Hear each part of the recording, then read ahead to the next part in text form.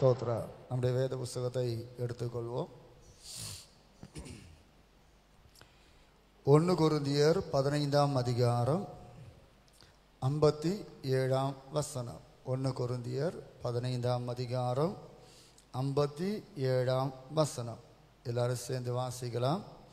நம்முடைய கர்த்தராகிய இயேசு கிறிஸ்துவினாலே நமக்கு ஜெயம் கொடுக்கிற தேவனுக்கு ஸ்தோத்திரம்.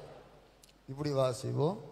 என்னுடைய கர்த்தராகிய இயேசு கிறிஸ்துவினாலே எனக்கு ஜெயம் கொடுக்கிற தேவனுக்கு ஸ்தோத்திரம்.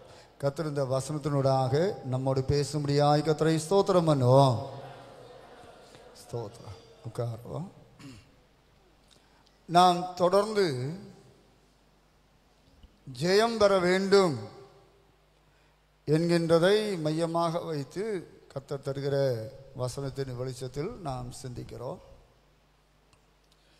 ஜெயம் பெறுவது முற்றுமுடிய ஜெயம் பெற வேண்டும். ஓரளவுக்கு ஜெயம் அல்ல, முற்றுமுடிய ஜெயம் எடுக்க வேண்டும்.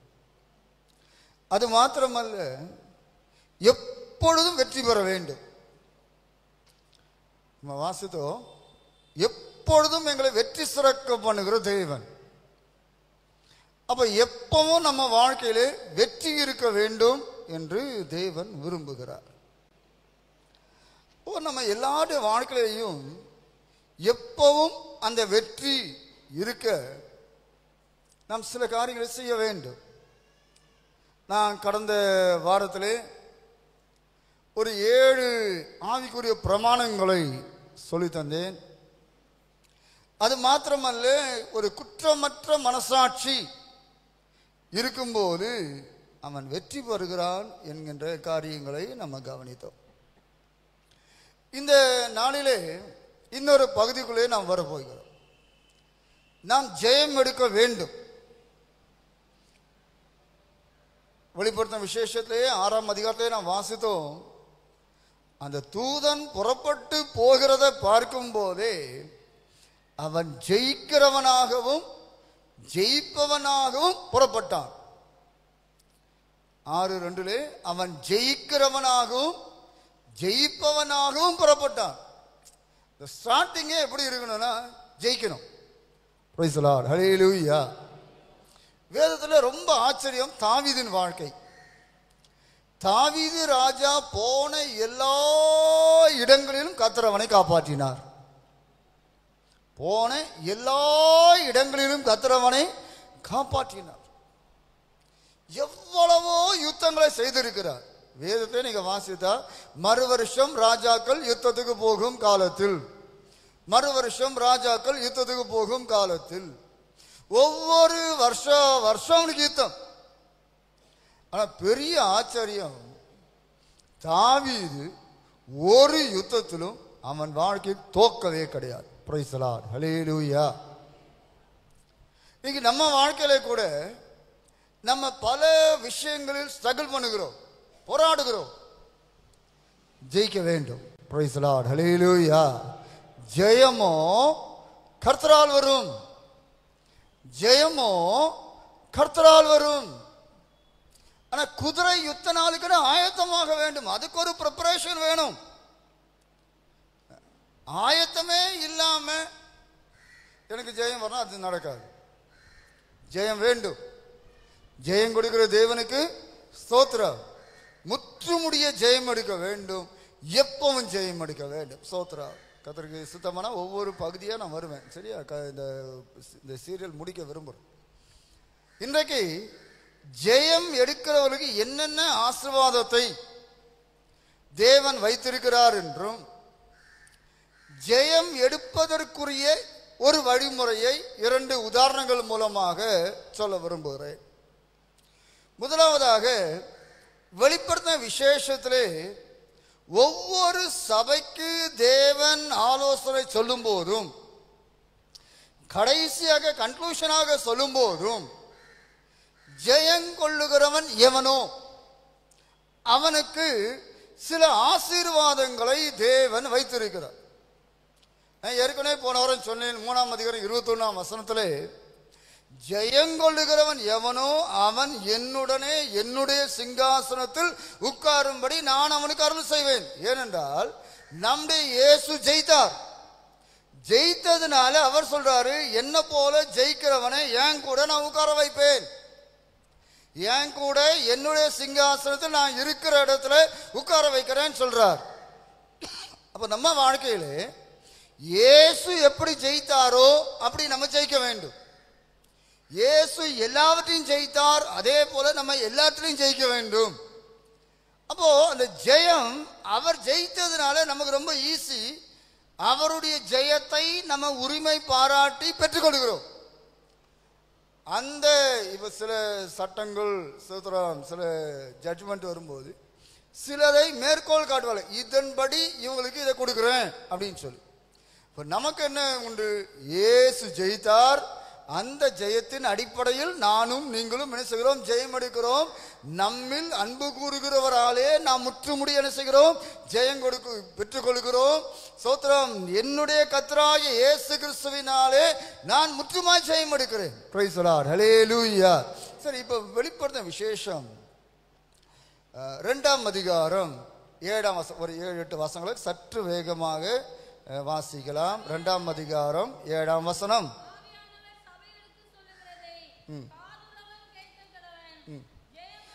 ஜெயம் கொள்ளுகிறவன் எவனோ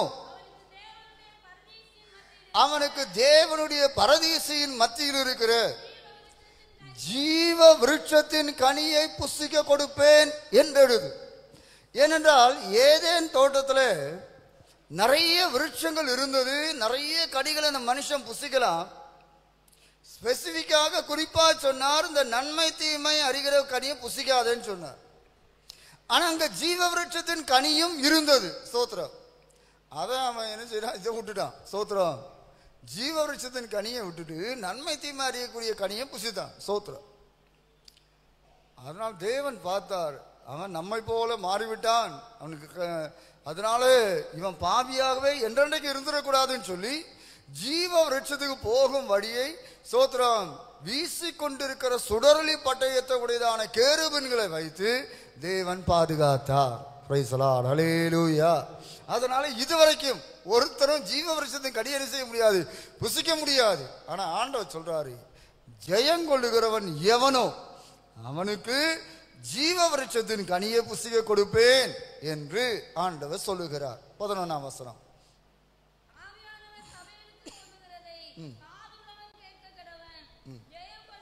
ஜெயங்கொள்ளுகிறவன் 2ஆம் மரணத்தினால் சேதப்படுவதில்லை. 2ஆம் மரணமாகிய அக்கினியும் கந்தகம் எரிகிற கடல் என்று நம்ம படிக்கிறோம். அப்போ 2ஆம் மரணம் என்று சொல்வது அக்கினியும் கந்தகம் எரிகிற கடல். ஜெயங்கொள்ளுகிறவன் அதனால் சேதப்படுவது இல்லை. 17ஆம் வசனம்.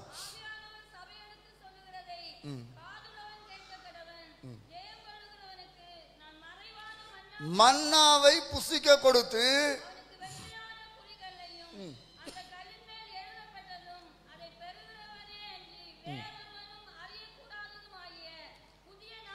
புதிய நாமத்தை கொடுப்பேன். இப்ப ஆண்டவர் சொல்கிறார், மன்னாவை, மறைவான மன்னாவை புசிக்க கொடுப்பேன்.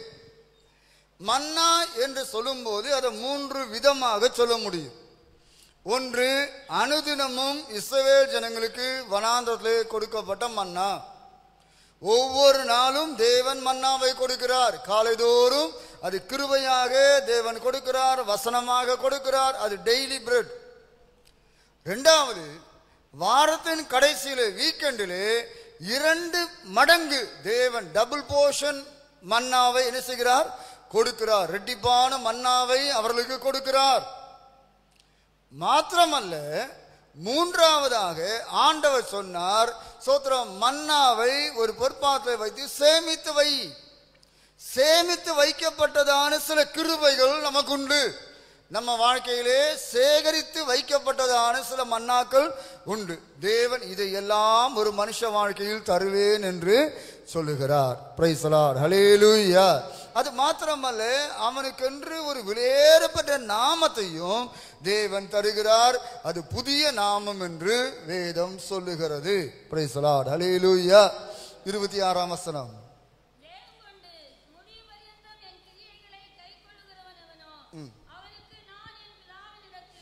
நான் என் பிதாவினிடத்தில் அதிகாரம் பெற்றது போல ஜாதிகள் மேல் அதிகாரம் கொடுப்பேன். நான் எப்படி அதிகாரம் பெற்றேனோ, இயேசு சொல்கிறார், இதோ வானத்திலும் பூமியிலும் சகல அதிகாரம் எனக்கு கொடுக்கப்பட்டிருக்கிறது. அதே போல ஜெயங்கொள்ளுகிறவனுக்கு அந்த அதிகாரத்தை கொடுப்பேன் என்று ஆண்டவர் சொல்லுகிறார். ஸ்தோத்திரம். அடுத்து 3ஆம் அதிகாரம் 5ஆம் வசனம்.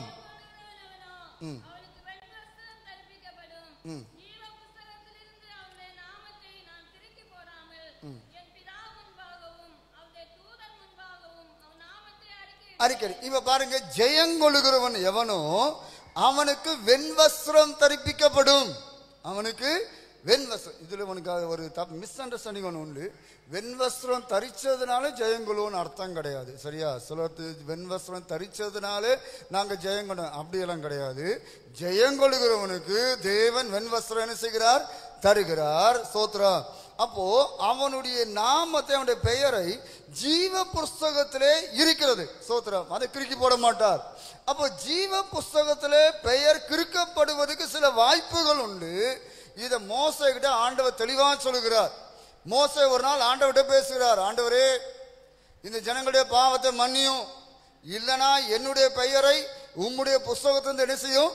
கிறுக்கி போடும் என்று சொல்கிறார். அப்போ ஆண்டவர் சொல்றார், நாங்க அப்படி கிறுக்க மாட்டேன், எவன் பாவம் செய்கிறானோ அவனுடைய பெயரை என் புஸ்தகத்தை என்ன செய்வேன்? கிறுக்கி போடுவேன்.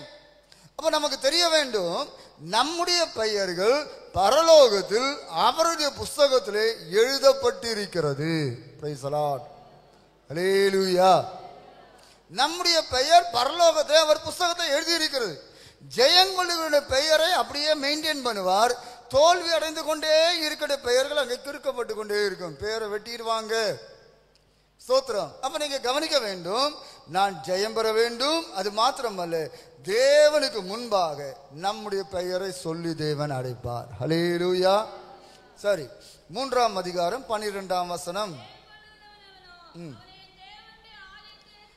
ஜெயங்கொள்ளுகிறவன் எவனோ அவனை என் தேவனுடைய ஆலயத்திலே தூணாக்குவேன்.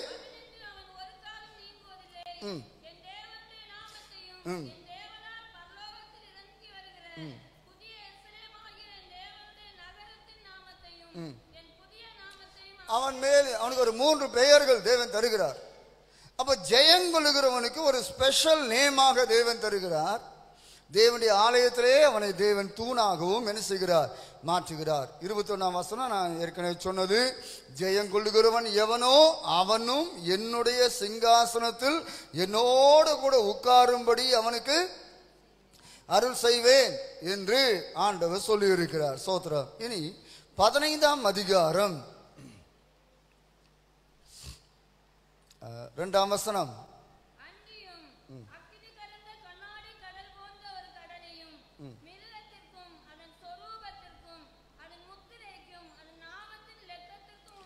அதன் நாமத்தின் லக்கத்திற்கும் உள்ளாகாமல் ஜெயங்கொண்டவர்கள்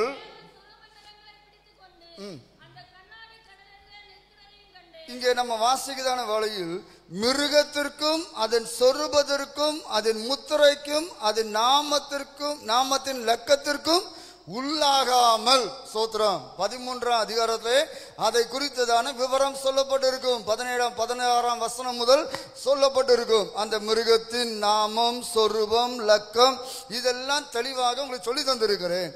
அதற்கு உட்படாமல் நம்ம தப்பித்துக் கொள்ள வேண்டும். Praise the lord. ஹல்லேலூயா. இன்னைக்கு இந்த மிருகத்தை வணங்கும்படி என்னென்னவோ முயற்சிகள் உலகத்தை நடந்து கொண்டிருக்கிறது. அதனுடைய லக்கத்தை நீங்கள் ஏதோ ஒரு விதத்தில் தரிக்க வேண்டும் என்று அதுவும் ஸ்ட்ரகிள் பண்ணி கொண்டிருக்கிறது. அதற்கு உள்ளாகாமல் தப்பித்துக் கொள்ளுகிறவர்கள் தேவ சுரமண்டலங்களை பிடித்துக் கொண்டு தேவனுக்கு முன்பாக நிற்பார்கள். Praise the lord. ஹல்லேலூயா. இன்னைக்கு உலகம் சோத்ரம் பலவிதமான அடிக்ஷன் நம்ம பார்க்கலாம். அடிமைத்தனம். சோத்ரா. போதைக்கு அடிமைத்தனம் ஆவார்கள்.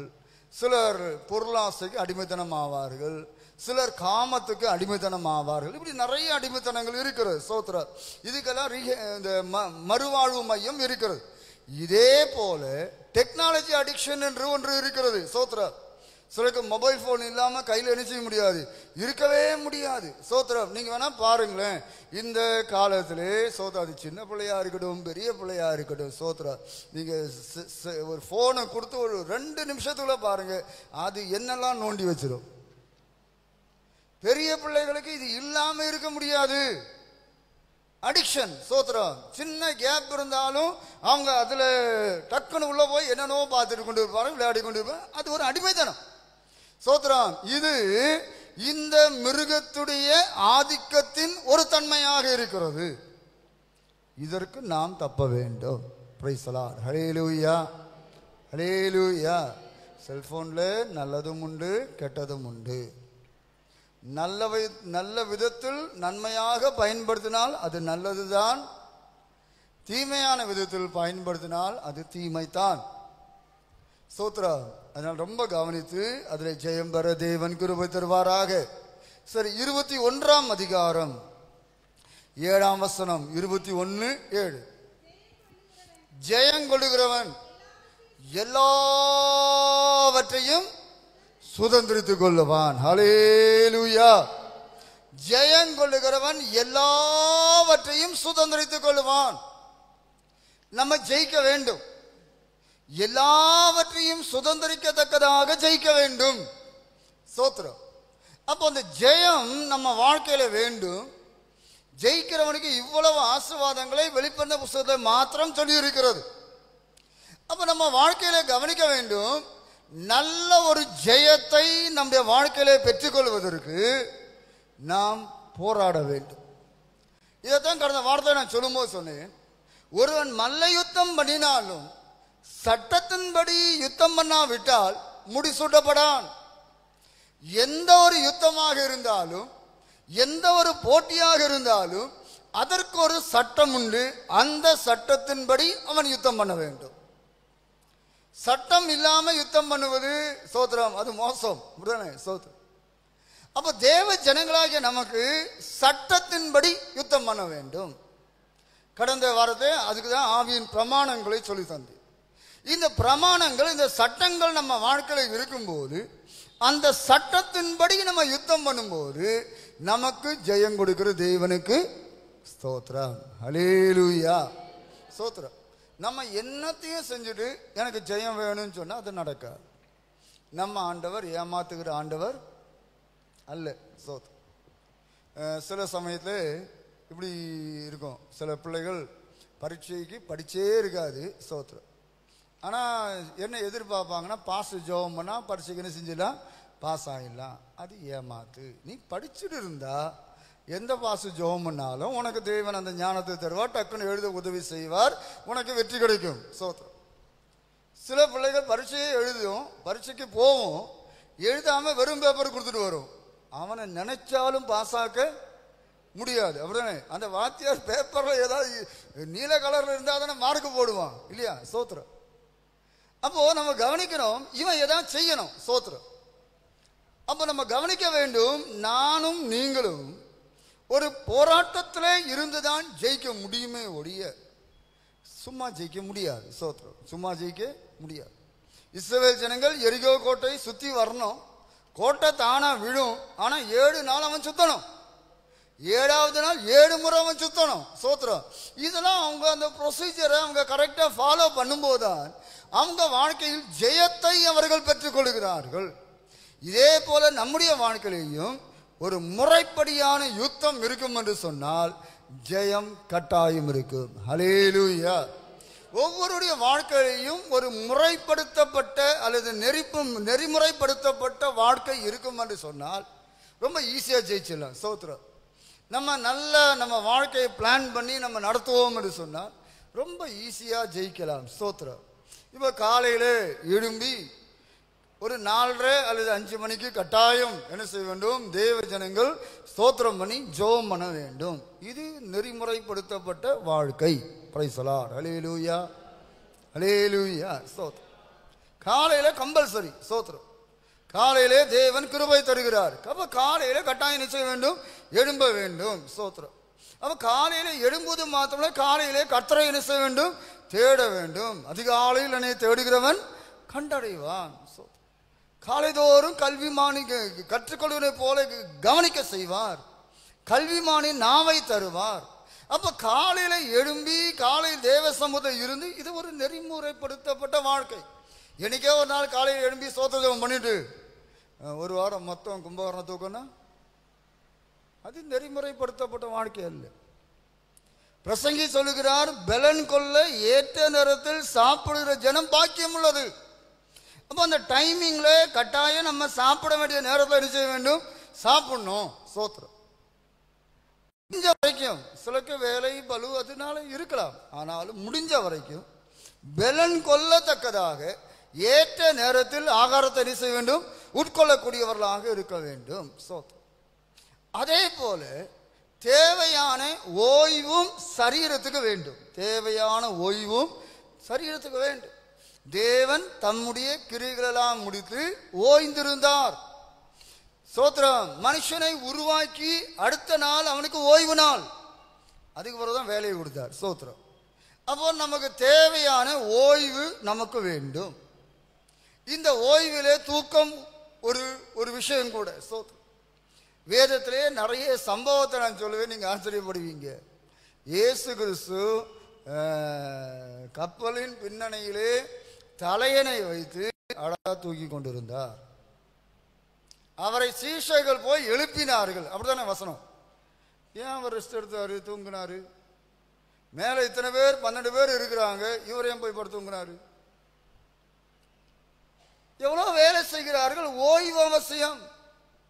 தாவீது சொல்வார், நான் படுத்துக்கொண்டு நித்திரை செய்தேன், கர்த்தரனை தாங்குகிறார். அப்போ ஒரு தேவ ஜனத்துக்கு நித்திரை இதெல்லாம் ஒரு ஒழுங்குமுறைப்படுத்தப்பட்டதாக இருக்க வேண்டும். அது நம்ம வாழ்க்கையில் வெற்றி பெறுவதற்கு உதவியாக இருக்கும்.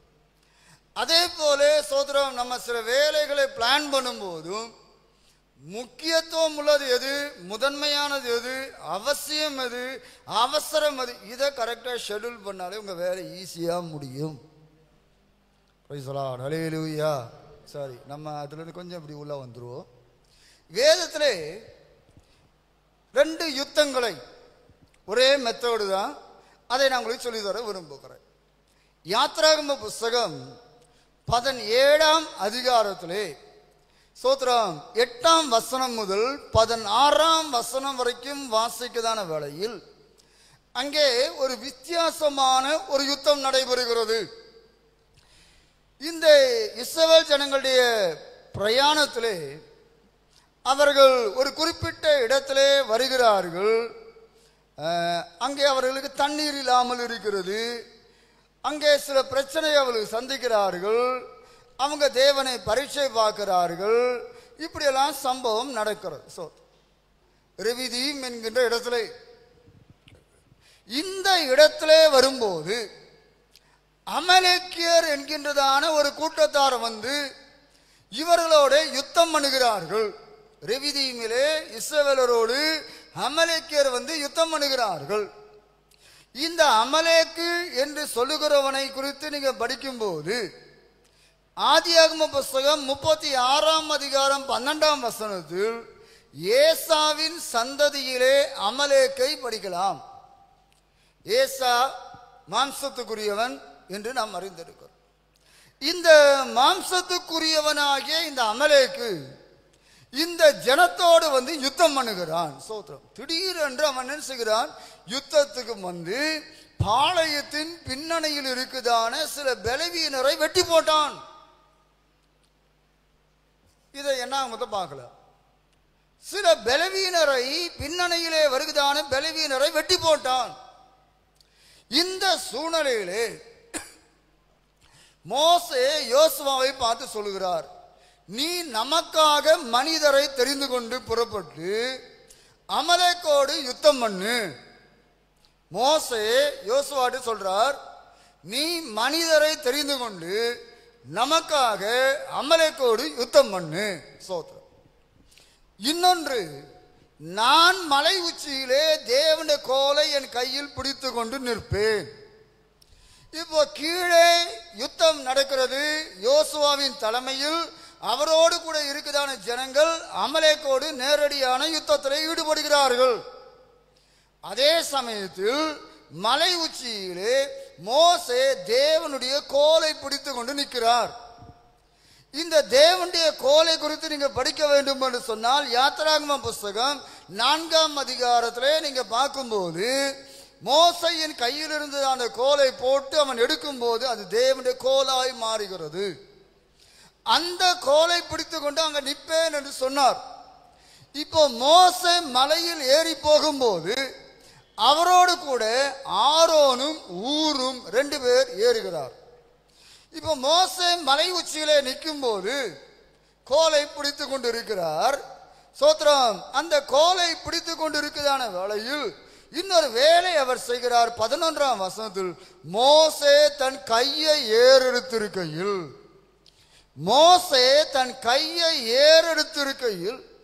கீழே நடக்கதான யுத்தத்தில் இஸ்ரவேலர்கள் மேற்கொண்டார்கள்.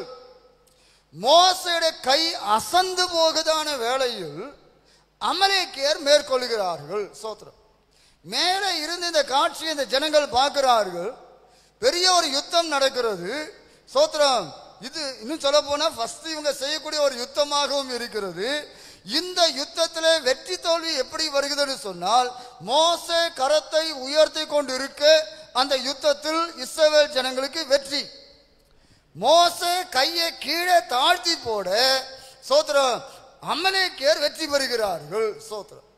அப்ப இந்த யுத்தத்திலே தொடர்ச்சியான வெற்றி பெற வேண்டும் என்று சொன்னால் இந்த மோசேயை ஆரோனும் ஊரும் ஒரு வேலை செய்கிற ஒரு கல்லில் உட்கார வச்சு 2 பேரும் அவனுடைய கரங்களை தாங்கி பிடிக்கிறார்கள். ஒரு மனிதன் ஒரு கையை எவ்வளவு நேரம் உயர்த்தி வைத்திருக்க முடியும் என்று யோசித்து பாருங்கள்.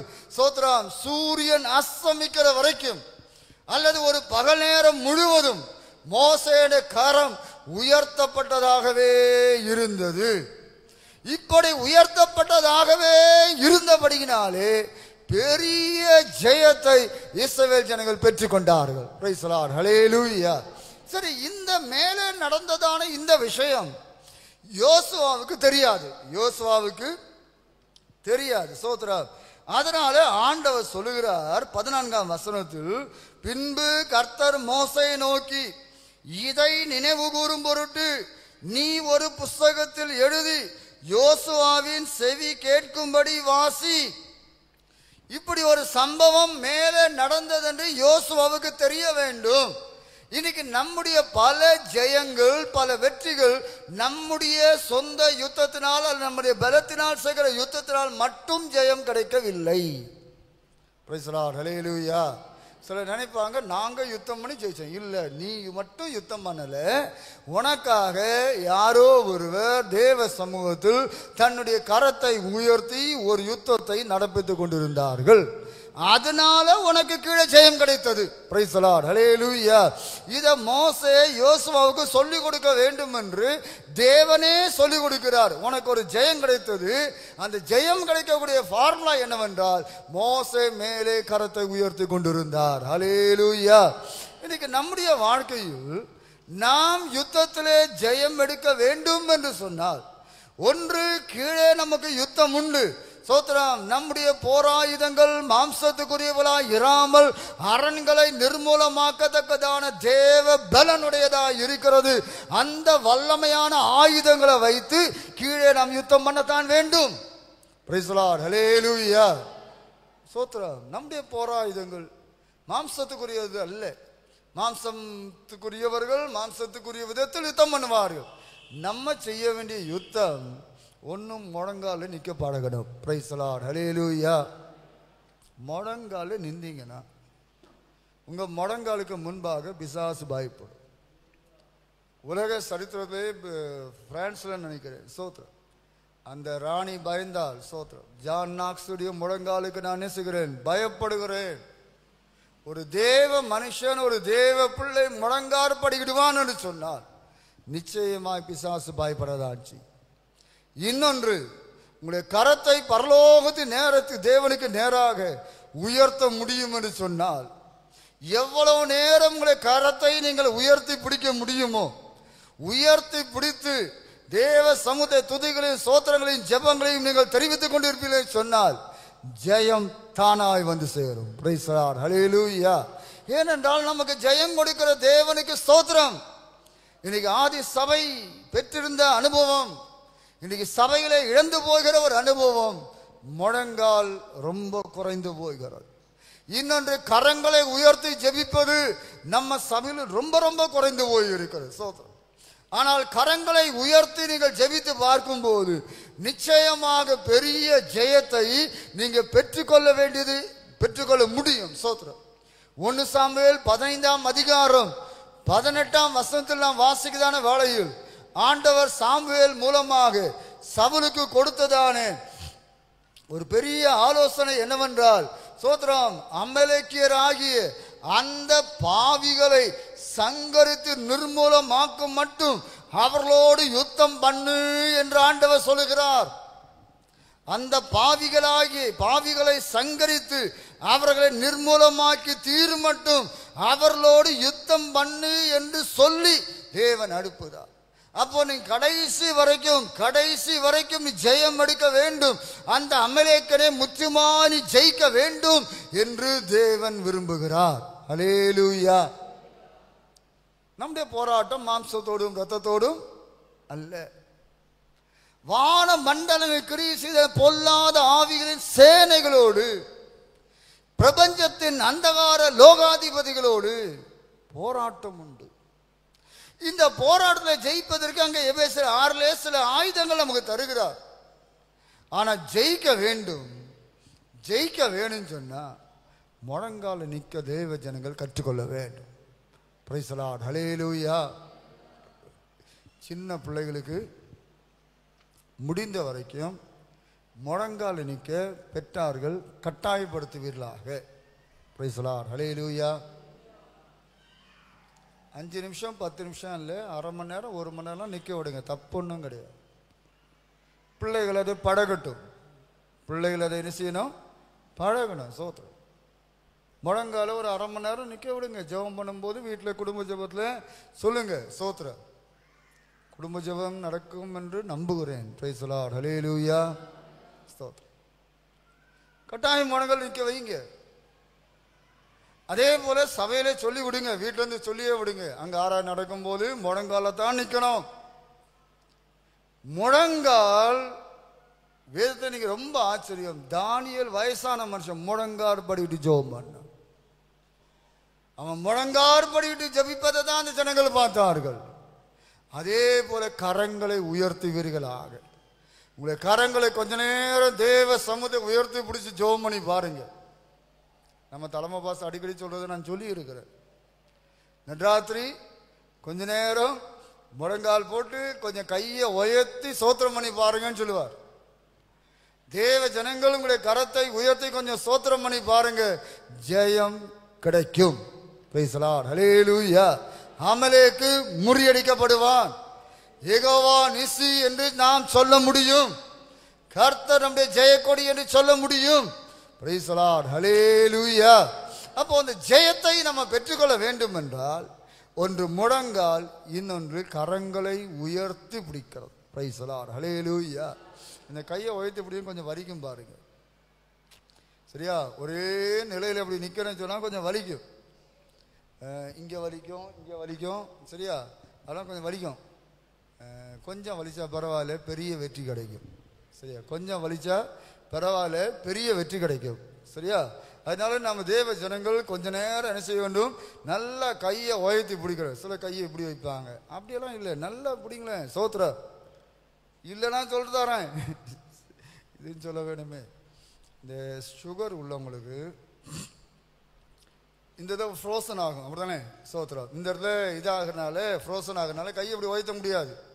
அப்போ சின்ன சின்ன எக்ஸசைஸ்லாம் சொல்லி தருவாங்க, அப்படி பண்ணுங்க இப்படி பண்ணுங்க, அப்போ தான் கையை என்ன செய்யும், நீங்கள் டெய்லி உயர்த்திடுவாங்களேன், ஒரு பிரச்சனையும் கிடையாது. Praise the lord. ஹல்லேலூயா.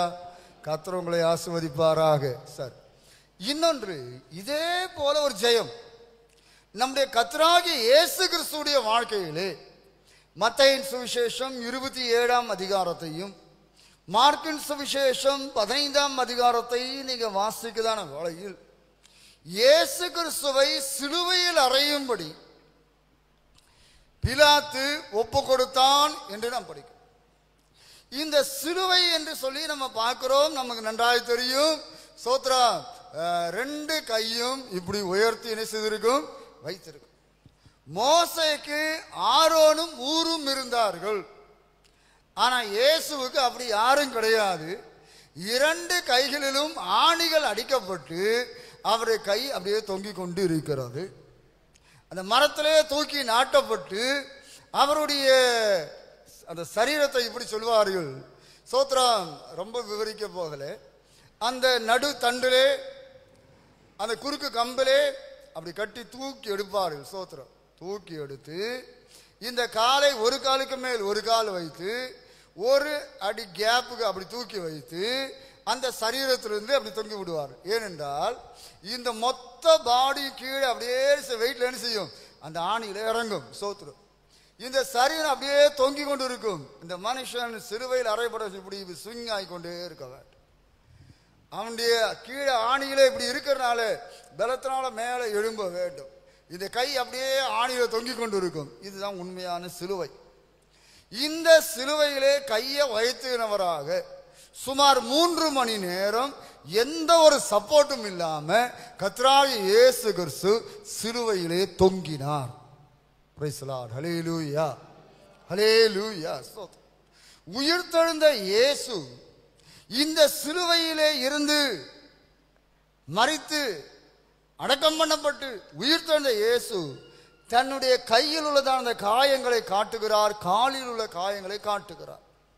இப்ப நம்ம கவனிக்க வேண்டும், சிலுவையிலே இயேசு கிறிஸ்து நிராயுத பாணியாக எந்த ஒரு ஆயுதமும் இல்லாமல் சோத்திரம் பாவம் இல்லாத பரிசுத்தமான தேவகுமாரனாகிய இயேசு கிறிஸ்து சிலுவையில் அப்படியே தொங்கிக் கொண்டிருக்கிறார், கரங்களை உயர்த்தினவராக.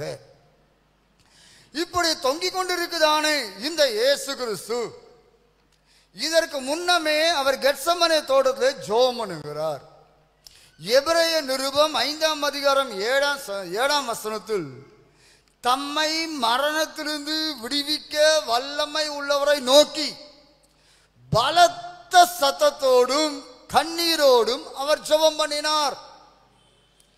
பலத்த சத்தத்தோடும் கண்ணீரோடும் இயேசு கிறிஸ்து ஜெபம் பண்ணினார்.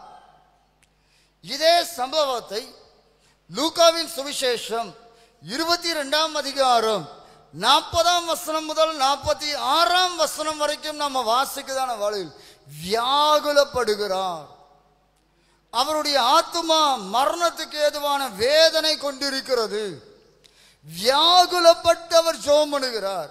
ஒரே வார்த்தை திரும்ப திரும்ப திரும்ப திரும்ப சொல்லி அவர் ஜெபம் பண்ணிக்கொண்டே இருக்கிறார். சில சமயத்தை கவனிக்கணும், நம்முடைய அங்கலாய்ப்பு அந்த வேதனையை நம்ம கூட இருக்கவங்க கூட புரிஞ்சுக்கிட மாட்டாங்க. இயேசு கிறிஸ்து அவ்வளவு தூரம் வியாகுலப்பட்டு அழுது ஜெபம் பண்ணி கொண்டிருக்கிறார். கூட இருக்க சூப்பரா தூங்கிட்டாங்கல்ல, அவ்வளவு தூரம் அவர் வியாகுலப்படுகிறார். சோத்திரம், அந்த ஜனங்கள் அதை கண்டுக்கிற மாதிரியே இல்லை. அவர் போய் எழுப்பி கேட்கிறார், எனக்கு கூட கொஞ்சம் ஜெபம் பண்ணக்கூடாதா? 1 மணி நேரமா ஜெபம் பண்ணக்கூடாதா? நீங்க இப்படி பண்றீங்களே அப்படிலாம் தேவன் கேட்கிறார். ஸ்தோத்திரம். ஆனாலும் அவங்க நல்லா தூங்கிட்டாங்க. அவங்க நல்லா நினைச்சுதாங்க தூங்கிட்டாங்க. ஸ்தோத்திரம். பல கலைப்புகள் இருந்திருக்கலாம், பஸ்கா பண்டிகை, எல்லா வேலை எல்லாம் கஷ்டம்தான். ஸ்தோத்திரம். ஆனா இயேசுவுக்கும் அதே சிச்சுவேஷன் தான். ஆனா அவருக்கு ஆத்மா மரண வியாகுலம் கொண்டிருக்கிறது, மரணத்துக்கு ஏதுவான துக்கம் கொண்டிருக்க வியாகுலப்பட்டு புலம்பி கதறி அவர் ஜெபிக்கக்கூடியவராக இருந்தார். ஸ்தோத்திரம். எபிரேயர் 2ஆம் அதிகாரம் 9ஆம் வசனத்தில் வாசிக்கும் போது சோத்ராம், இயேசு கிறிஸ்து மரணத்தை உத்தரித்தது நிமித்தம் மகிமையினாலும் கனத்தினாலும் முடிசூட்டப்பட்டாதே என்று நாம் காண்கிறோம். மகிமையினாலும் கனத்தினால் அவர் முடிசூட்டப்பட்டார். இயேசு கிறிஸ்து தேவதூதனும் சற்று சிறியவராய் இருந்தார். ஏனென்றால் மனுஷகுமாரனாக இந்த பூமியிலே இருந்தபோது நம்மை போல மனுஷனாகத்தான் இருந்தார். இவர் மரணத்தை அழக ருசி பார்த்தார். சோத்திரம். கல்வாரி சிலுவையிலே இயேசு கிறிஸ்து மரணத்தை ருசி பார்த்த வேளையில் நீங்க நினைக்கலாம் இயேசு இப்படிதான் பிசாசை ஜெயிக்கணுமோ அப்படின்னு சொல்லி. இனி வருவாரு பாருங்க. வெளிப்படுத்தின விசேஷத்திலையும் தீமோத்தேயுலாம் தெசலோனிக்கேல நீங்க நாசின் சுவாசத்தாலே முடிச்சு போடுவார். வாயின் சுவாசத்தாலும் தம்முடைய பிரசன்னத்தாலும் நினைச்சுவார், அழித்தே போடுவார். அப்படிப்பட்ட ஆண்டவர்.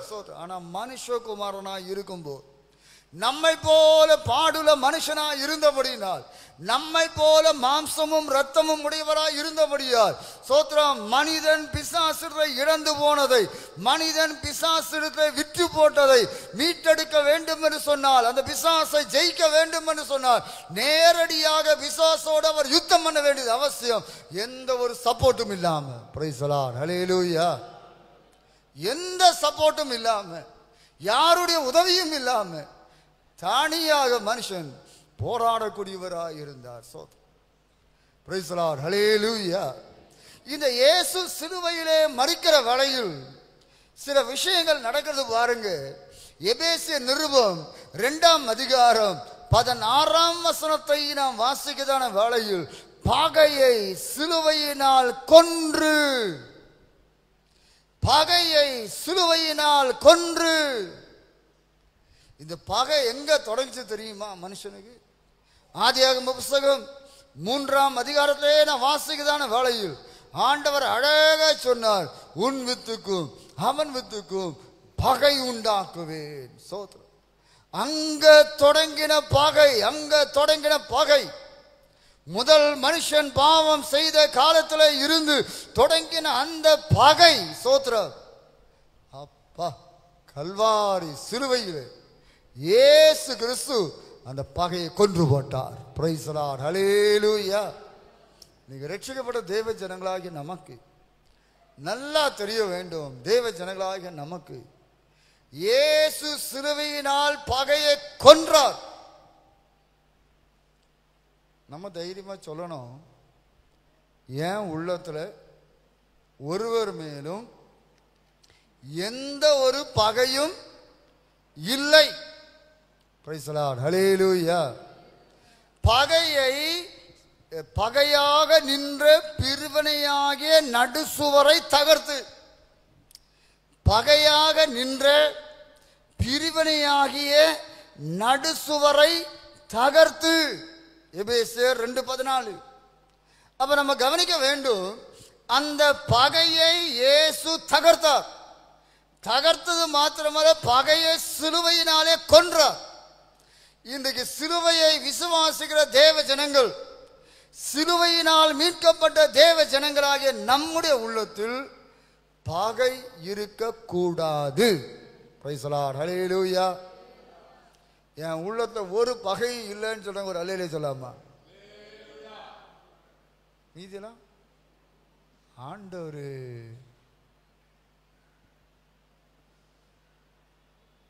பகையை சிலுவையினால் கொன்று இயேசு பகையை கொன்றார். சிலுவையிலே நிராயுதபாணியாக தொங்குகிறார். சோத்ரம். அவருடைய வஸ்திரம் சீட்டு போட்டு பங்கெடுத்து எடுத்துக்கொண்டார்கள்.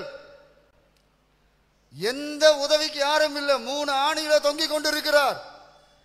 இந்த தொங்குகிற இயேசு அந்த சிலுவையிலே பிசாசினால் உண்டானதான பகையை கொன்றார். சிலுவையை விசுவாசிக்கிற தேவ ஜனங்களுக்குள்ளே பகை வேண்டாம், பகை இருக்கக்கூடாது. வேதத்திலே சில ராஜாக்கள் சொல்லுகிறார்கள், ஆகாப் தான் நினைக்கிறேன், மிகாயாவை குறித்து சொல்லுகிறார், நான் அவனை பகைக்கிறேன், நான் அவனை பகைக்கிறேன். சிலருடைய உள்ளத்திலே பகை இருக்கிறது. வஞ்சகமாய் மறைத்து வைக்கிற பகை மகா சபையிலே வெளிப்படுத்தப்படும். கவனமா இருக்கணும், மகா சபையிலே வெளிப்படுத்தப்படும். தேவ ஜனங்களாகிய நம்ம உள்ளத்திலே இயேசு கையை உயர்த்தி அப்படி தொங்கிக் கொண்டு இருக்குதான வேளையில் பகையை கொன்று போட்டார். ஹல்லேலூயா. கொலோசியர் 1ஆம் அதிகாரம் 20ஆம் வசனத்தை வாசிக்கும் போது, கொலோசியர் 1:20, சிலுவையில் சிந்தின இரத்தத்தினாலே சமாதானத்தை உண்டாக்கி யாவையும் ஒப்புரவாக்கிக் கொள்ள அதிகமாயிற்று. Price the lord. ஹல்லேலூயா. இயேசு சிலுவையில் சிந்தின இரத்தத்தினாலே சமாதானத்தை உண்டு பண்ணினார். சிலுவை அவர் சமாதானத்தை தந்தது. அன்னைக்கு மனுஷன் சமாதானம் இல்லாமல் அலைந்து கொண்டிருந்தான். இயேசு இப்படி தொங்கிக் கொண்டிருக்கும் போது சமாதானத்தை உண்டு பண்ணி வைத்திருக்கிறார். அந்த இயேசு தான் சொன்னார், என்னுடைய சமாதானத்தையே உனக்கு வைத்துட்டு போகிறேன். என்னுடைய சமாதானம். இன்னைக்கு தேவ ஜனங்களுக்கு சமாதானத்தை உண்டு பண்ணி தேவன் தந்திருக்கிறார். இயேசு தான் சொன்னார், நீங்க ஒரு வீட்டுக்கு போகும்போது அந்த வீட்டு வாழ்த்துக்கள் எப்படி வாழ்த்தணும்? ஒரு வீட்டுக்கு போகும்போது ஃபர்ஸ்ட் அந்த வீட்டை வாழ்த்தணுமா? எப்படி வாழ்த்தணும்? வீட்டுக்கு சமாதானம், சமாதானம். நம்ம வாழ்க்கையிலே சமாதானம், பீஸ். சோத்ரம். நல்ல பீஸ்ஃபுல் தான் நம்ம வாழ்க்கை. தேவ ஜனங்களுக்கு சமாதானத்தை தேவன் வைத்திருக்கிறார், உண்டு பண்ணி தந்திருக்கிறார். சமாதானமே இல்லைன்னு சொன்னாலும் நான் சொல்லுகிறேன், சோத்ரம், இயேசு கிறிஸ்து சிலுவையினாலே சமாதானத்தை உண்டு பண்ணி தந்தார். Praise the lord. ஹல்லேலூயா. பரலோகத்தில் உள்ளவைகள் பூலோகத்தில் உள்ளவைகள் எல்லாம் ஒன்றாக்கப்பட்டதாம், ஒப்புரவாக்கினாராம். இன்னைக்கு தேவ ஜனங்களாகிய நமக்கு நல்ல ஒரு ஜெயம் என்று சொன்னால் ஒப்புரவாகுதல். Price the lord. ஹல்லேலூயா. நம்ம தேவ ஜனங்கள் ஒரு 10 நிமிஷம் லேட் ஆகும். என்ன சரி சொல்லிடுறேன். எனக்கு யார் மேலேயும் பகை இல்லைன்னு சொல்லணும். இன்னொன்று, நான் எல்லாரோடும் ஒப்புரவாக இருக்கிறேன். சில விஷயத்தில் கொஞ்சம் ஞானமாக நடக்கும், நான் வேண்டான்னு சொல்லலை. ஆனால் எனக்கு ஒரு விசுவாசியை அல்ல ஒரு நபரை நேருக்கு நேர் பார்க்க முடியும் என்கின்ற நிலையில் இருக்க வேண்டும். சிலருக்கு நேருக்கு நேர் பார்க்க முடியலைன்னு சொன்னால் நம்ம ஒப்புரவாகலைன்னு அர்த்தம், நம்ம ஒப்புரவாகவில்லை என்று அர்த்தம். நேருக்கு நேர் பார்க்கணும். பாருங்க, ஸ்தோத்திரம். நம்முடைய தேவன் நம்முடைய முகத்தை நேராக தானே பார்க்கிறார். அவர் நம்மை ஒப்புரவாக்கி இருக்கிறார்.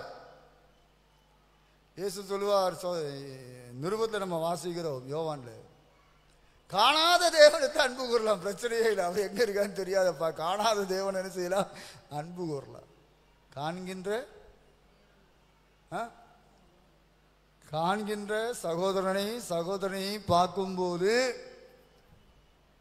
சிலருக்கு பத்திக்கிட்டு தான் வரும். Price the Lord. தேவன் நம்முடைய, என்னுடைய, உங்களுடைய எத்தனையோ பாவங்களை ஒன்னா மொத்தமா மன்னிச்சார். உண்மைதானா? அது எத்தனை பேர் நம்புகிறீர்கள்? Price the lord. ஹல்லேலூயா. சரி, ஒரு மனுஷன் எனக்கோ உங்களுக்கோ ஒன்னோ ரெண்டோ தீமை தான் செய்தான். நம்ம செஞ்ச அளவுக்கு இல்லை, ஒன்னோ ரெண்டோ தீமை தான் செஞ்சான். முடியலையே. சரி, அடுத்து 1 பேதுரு 2ஆம் அதிகாரம் 24ஆம் வசனம். 1 பேதுரு 2:24. நாம் பாவங்களுக்கு செத்து நீதிக்கு பிழைத்திருக்கும்படி நம்முடைய பாவங்களை சிலுவையின் மேல் சுமந்தார். நாம் பாவங்களுக்கு செத்து நீதிக்கு பிழைத்திருக்கத்தக்கதாக அவர் தாமே தம்முடைய சரீரத்திலே நம்முடைய பாவங்களை சிலுவையின் மேல் சுமந்தார். நம்முடைய பாவத்தில் கொஞ்சம் கணக்கு போட்டு பாருங்க. இது எல்லாம் அவருடைய சரீரத்திலே சுமந்தாராம். அவருடைய சரீரம் பரிசுத்தம் உள்ளது. பிறப்பிலே கூட அவருக்கு பாவம் இல்லை. அவர் பூமியிலே வாடும்போது கேட்டார், என்னிடத்தில் பாவம் உண்டென்று உங்களில் யார் என்னை குற்றம் சாட்ட முடியும் என்று கேட்டார். விசாரித்துதான பிலாத்து சொல்லுகிறான், இந்த நீதிமானத்தில் ஒரு குற்றத்தை நான் காணவில்லை. அப்படிப்பட்டதான இயேசு கிறிஸ்து சர்வலோகத்தின் பாவத்தை பாவத்தை, இன்னும் சொல்ல போனா என்னுடைய உங்களுடைய பாவத்தை தன்னுடைய சரீரத்தில் சுமந்து கொண்டார். பிரைஸ் தி லார்ட், ஹல்லேலூயா. எதுக்கு? நாம் பாவத்துக்கு சாகணும் என்பதற்காக. நாம் பாவங்களுக்கு செத்து அடுத்து நீதிக்கு பிழைக்க வேண்டும். பாவத்துக்கு செத்து நீதிக்கு பிழைக்கத்தக்கதாக இயேசு கிறிஸ்து தன்னுடைய சரீரத்தில் நம்முடைய பாவத்தை ஏற்றுக்கொண்டார். அப்போ அவருடைய சரீரத்தில் நம்முடைய பாவத்தை ஏற்றுக்கொண்ட பின்பு நாம் பாவத்துக்கு சாவலனா? ஞானஸ்தானம் எடுக்கும் போதே அதுதான் இல்லையா? ஞானஸ்தானம் எடுக்கும் போதே என்னது? பாவத்துக்கு மரித்தோம், அடக்கம் பண்ணப்பட்டோம், அவரோடு கூட மரித்து அவரோடு கூட அடக்கம் பண்ணப்பட்டோம், எல்லாம் சரிதான். பிரைஸ் தி லார்ட், ஹல்லேலூயா. ஜெயமளிக்க இயேசு சிலுவையில் அதை ஜெயித்தார் என்று சொல்லப்பட்டு இருக்கிறது. ஸ்தோத்திரம். அது மாத்திரமல்ல, இந்த பாவத்தை அவர் சுமந்த வேளையில், தன்னுடைய சரீரத்தில் பாவத்தை சுமந்த வேளையில் பாவத்தை சரியா பனிஷ் பண்ணார் பாருங்க. ஸ்தோத்திரம். ரோமர் 8ஆம் அதிகாரம் 3ஆம் வசனம். ரோமர் 8:3.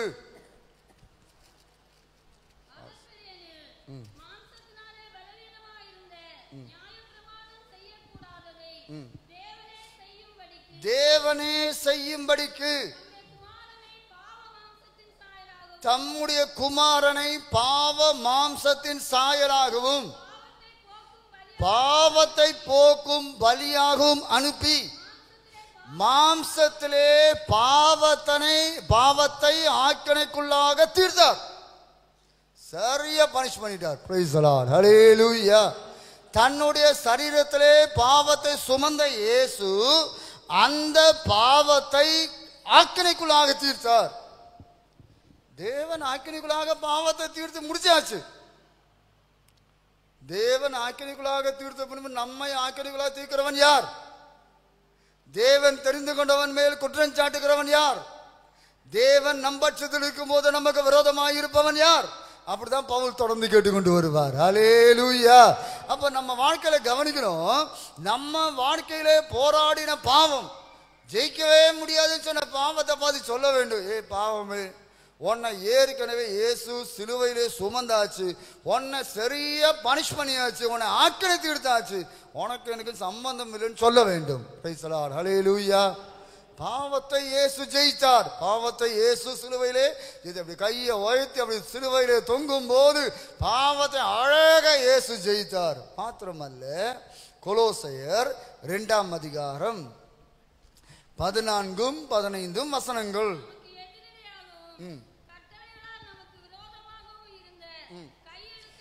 கையெழுத்தை குலைத்து, அது கையெழுத்துனா என்னதுன்னா இந்த நியாயப்பிரமாணம். சோத்திரம். அந்த நியாயப்பிரமாணம் பயங்கரம் பாருங்க. நியாயப்பிரமாணம் வந்த போது பாவம் உயிர் கொண்டது. சோத்திரம். நியாயப்பிரமாணம் எப்பவுமே சட்டம் ஒரு மனுஷனை நீ குற்றவாளி குற்றவாளி குற்றவாளி தான் சொல்லும். சோத்திரம். அதை குலைத்து எடுத்து சிலுவையின் மேல் ஆணி அடிச்சு துரைத்தனங்கள் அதிகாரங்கள் உரிந்து கொண்டு பிரின்சிபாலிட்டிஸ் அண்ட் பவர்ஸ், சோத்திரம், நமக்கு விரோதமா இருக்கக்கூடியதான துரைத்தனங்கள் அதிகாரங்கள் அப்படியே தேவன் உரிந்து கொண்டு வெளியரங்கமான கோலமாக்கி அவைகளின் மேல் சிலுவையிலே வெற்றி சிறந்தார். ஹல்லேலூயா. இயேசு வெற்றி சிறந்தார். இன்னைக்கு நம்ம வாழ்க்கையில் பாவமா இருக்கட்டும், பாவத்தை வைத்துக் கொண்டு பிசாசாக இருக்கட்டும், நம்மே சில அதிகாரத்தை காட்டிக் கொண்டிருப்பான், சில பவர்ஸ், சோத்திரம், அவன் ஃபோர்ஸ் பண்ணி கொண்டிருப்பான், சில அதிகாரங்களை நம்ம வாழ்க்கையில வெளிப்படுத்தி கொண்டிருப்பான். சில குடும்பங்களை பார்த்தீங்கன்னா அவன் அப்படி போராடி கொண்டிருப்பான். சோத்திரம்.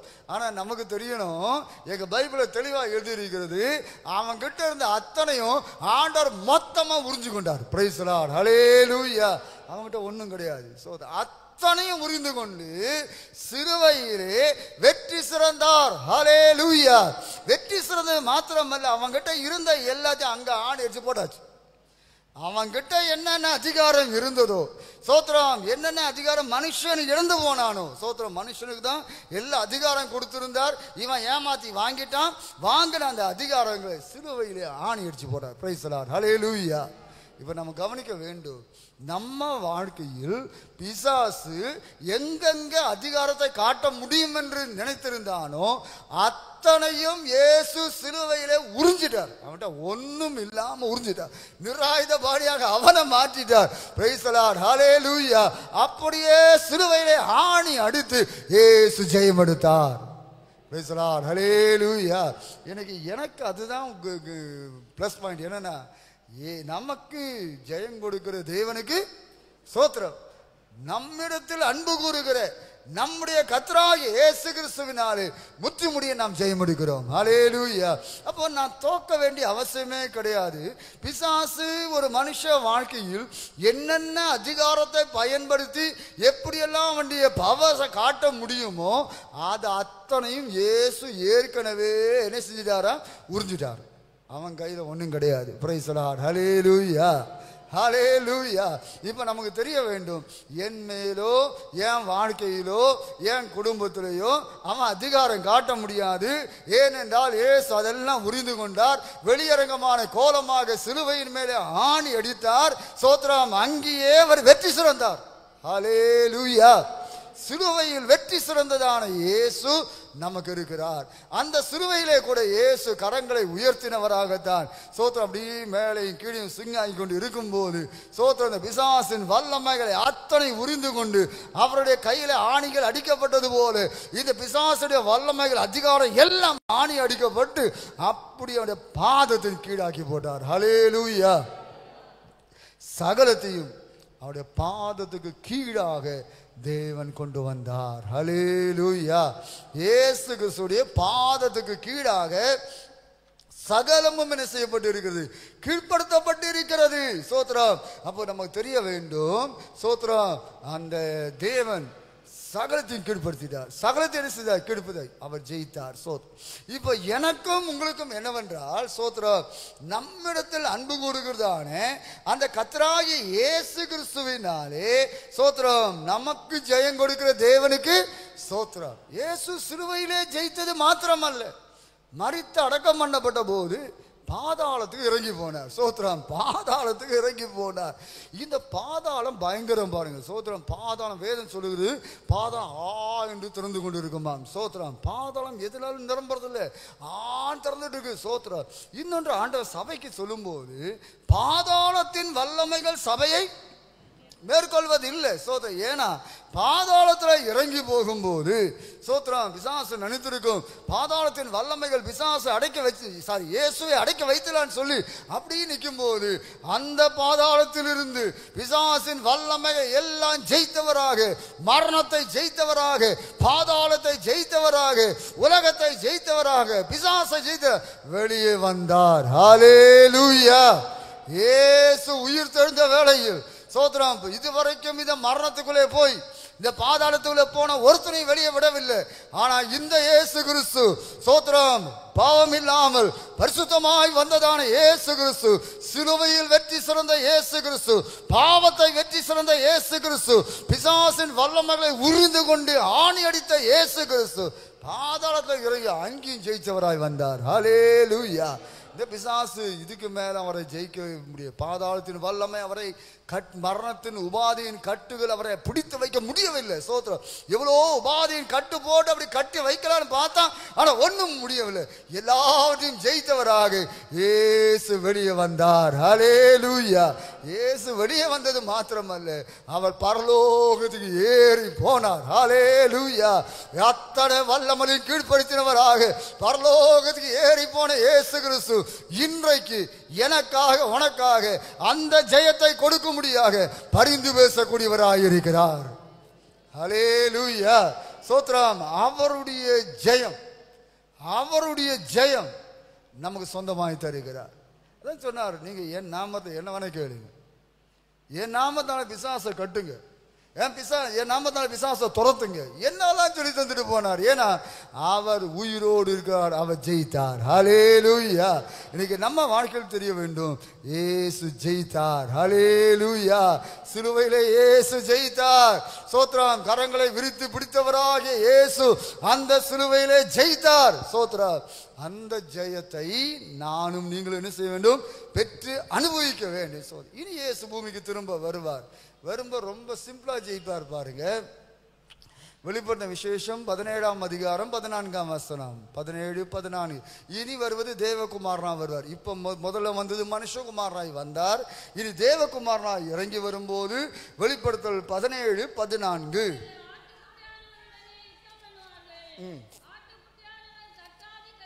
கர்த்தாதி கர்த்தரும் ராஜாதி ராஜாவுமாய் இருக்கிறபடியால் அவர்களை ஜெயிப்பார். ஹல்லேலூயா. 2 தெசலோனிக்கேயர் 2ஆம் அதிகாரம் 8ஆம் வசனம். 2 தெசலோனிக்கேயர் 2ஆம் அதிகாரம் 8ஆம் வசனம்.